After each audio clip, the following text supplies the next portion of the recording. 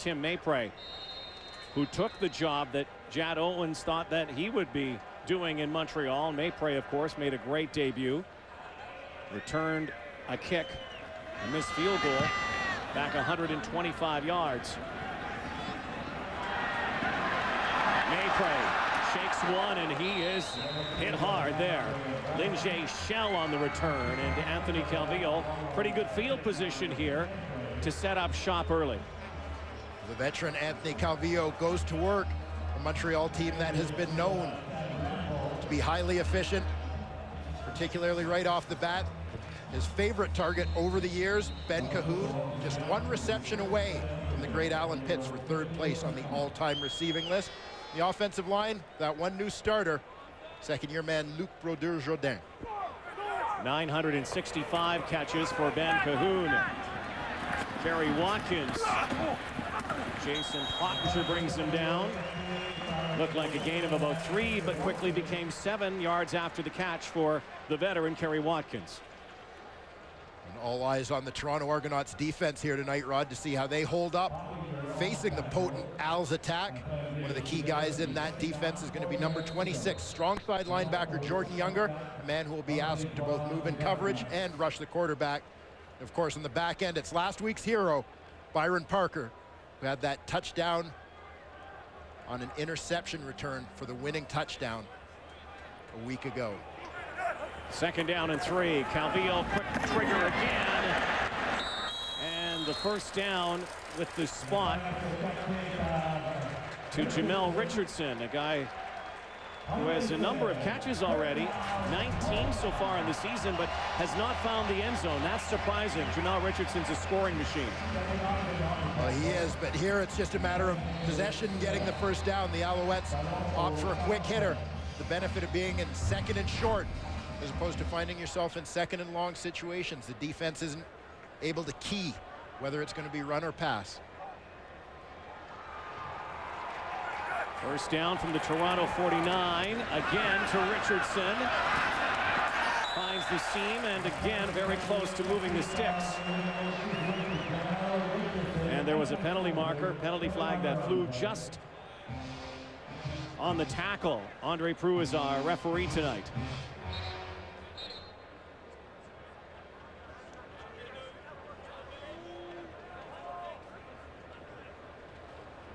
They're going to bring the sticks out to measure.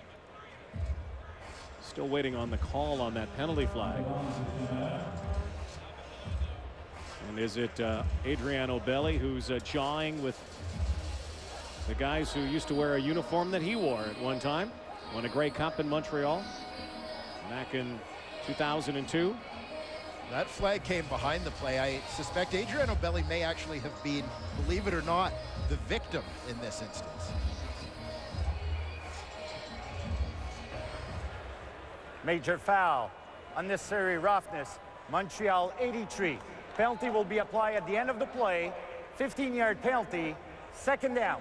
That's O.J. Santiago, former NFLer, he of the Dirty Bird, the Atlanta Falcons. Yes, was with the Montreal Alouettes, Whitby, Ontario native.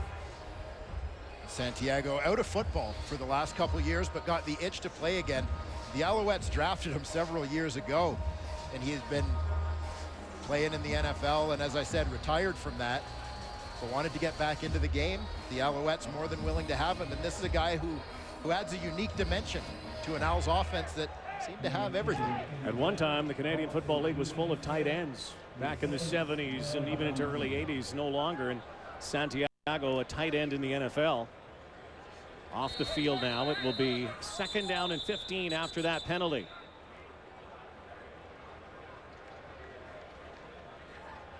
Just adjusting the chains on the yard marker, and they will blow it back in here.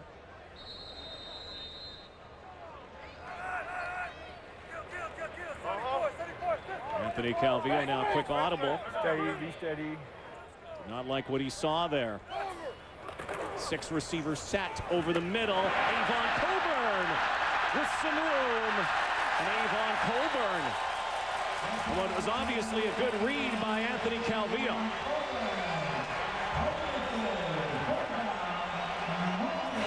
this a little exchange of responsibilities as the receiver, Ryan Bratton, comes in on the backside to block. The running back to the left, Avon Coburn, gets to sneak out into the route. Bratton does a great job picking up the blitz from the free safety, Willie Pyle. Coburn wide open on the route. Jordan Younger unable to stop Coburn. Calvillo 4 of 4 for 42 yards so far. Make it 5 of 5. Kerry Watkins wrapped up on the corner by Willie Middlebrooks. Love the job done there by Willie Middlebrooks in the open field to secure that tackle.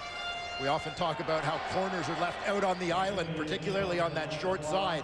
You need a guy who's going to be a sure tackler in that situation, because it may be a while before the help gets there.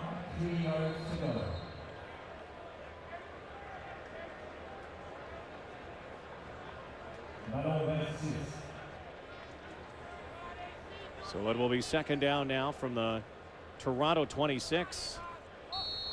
Take a timeout here. Montreal. Again, this is a season where something new has been implemented into the Canadian Football League, been used in the NFL in the past, with the headsets. The speakers in the quarterback's helmet. Talked to AC yesterday, Anthony Calvillo. He says he really likes it a lot. Helps quicken the play, gets his reads, gets the play right away, but obviously they needed a timeout there and a bit of miscommunication. Yeah, AC is one of the old dogs. He likes the fact that it makes things a little bit more efficient. He doesn't need to find somebody to get a signal on the sidelines. He can just hear them, but doesn't like too much talk from the coaches on the sidelines. Doesn't like hearing those voices in his head. Who does? 2nd and 4. Calvillo, perfect so far here tonight. And they keep marching the football. Another catch by Kerry Watkins inside the red zone, or some people call the green zone. In French, it is the pay zone. It has been the dead zone for the Alouettes for the most part this season. They've struggled close to the goal line. I love the way this route turns out, Rod. You've got the fullback, Kerry Carter, going out to the flat. Ultimately, what that does is pull the corner out and opens up that space for the receiver, Kerry Watkins, to work in that zone. It's all about the combination of routes. It's not just one guy working to get open. It's other guys creating space for him. Little hitch pass to Coburn out of the backfield. Still perfection for Anthony Calvillo. Pickup of about 4 yards. Here is a look at the success or lack of it inside that green zone. Now, keep in mind, last year, the Montreal Alouettes also struggled at times, but Damon Duvall set a scoring record in the Canadian Football League with 242 points, mostly because they got this close. Yeah, it is a good news, bad news thing. Mark Trestman touched on that. As an offensive coordinator or a head coach, you're happy to be moving the football, but you know you're not quite as efficient as you could be. Calvillo now out of the pocket again. S.J. Green scores, touchdown. What an impressive drive. The engineer, Anthony Calvillo, again. 8 for 8 start, Dwayne Ford.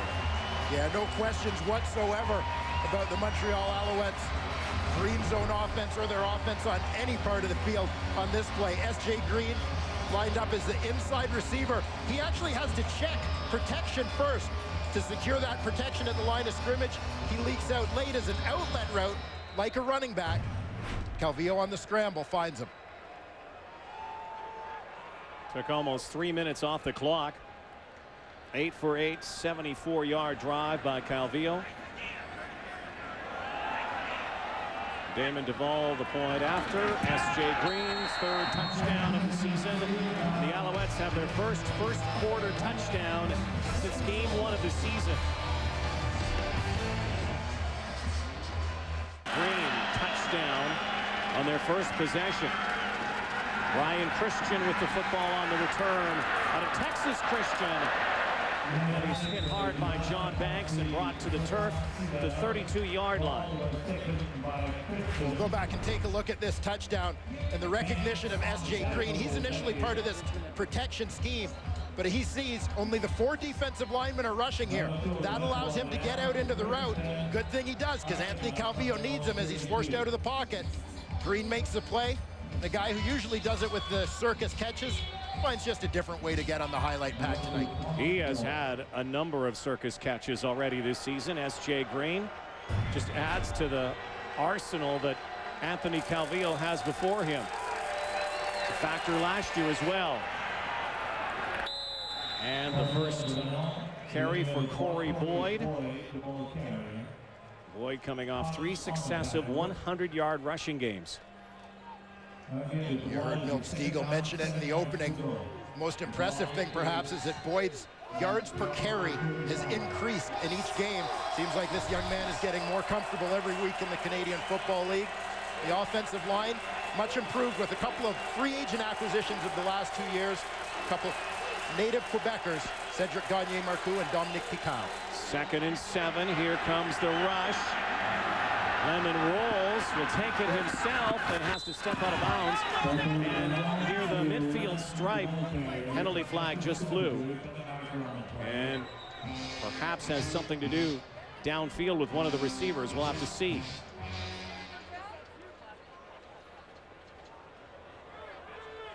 Looks like it might be against Montreal.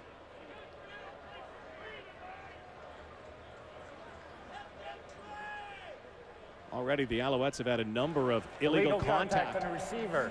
Montreal number 40, 10-yard penalty. First down. That has been a lament for Mark Trestman's team so far this season. Alouettes have had a problem with penalties. Most penalized team in the league, and over a dozen interference or illegal contact infractions flagged against them. Diamond Ferry, the man who was flagged, keeps Corey Boyd from getting through on that crossing route with a little too much vigor. Lemon with the drop. And Chad Owens was open and had a lot of room.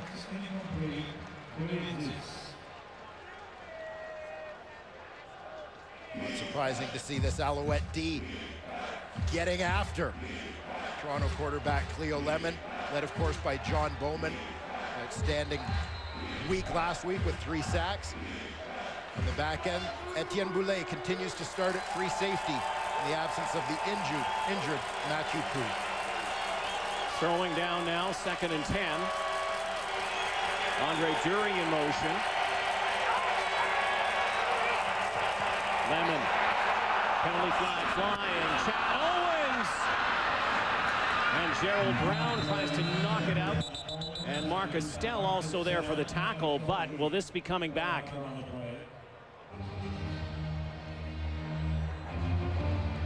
And it will be against Toronto.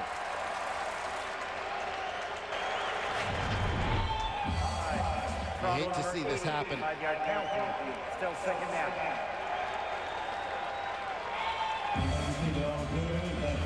Nate Copeland clearly about a yard or 2 past the line of scrimmage when that ball was snapped.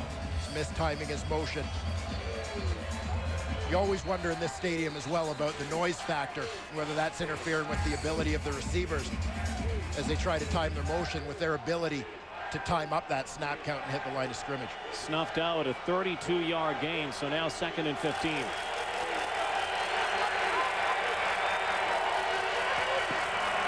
Lemon. Copeland hangs on, and depending on the spot will be very close to a first down. In fact, that is a favorable spot, and it looks like he'll move the sticks. And Jermaine Copeland starting to find his steam in this offense now. Well, he is, and he's the guy with whom Cleo Lemon has suggested he has the greatest chemistry because he's had to lean on him and his experience a little bit. And it shows as he goes to Copeland, the veteran, in that 2nd and long situation. Copeland used to accept footballs from Anthony Calvillo, a former Alouette, when Jim Barker was here. Again, a Grey Cup champion, a star in this town. Acquired in the offseason from the Calgary Stampeders for PK Sam. Talking to almost every Argonaut on that offense, including their head coach, Jim Barker, will tell you of the importance of Jermaine Copeland. Well, no doubt about it. He's a guy who provides leadership.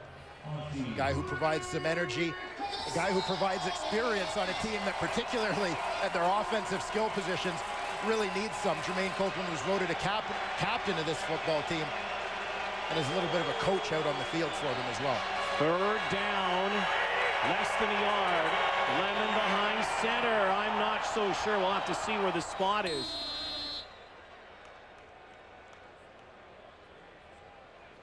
Had to get to the 54-yard line. Montreal suggesting they didn't get there. The initial contact came very quickly from the Alouette defense. Leo Lemon spun and gave a good second effort. Ramon Guzman, Shea Emery both came over the top.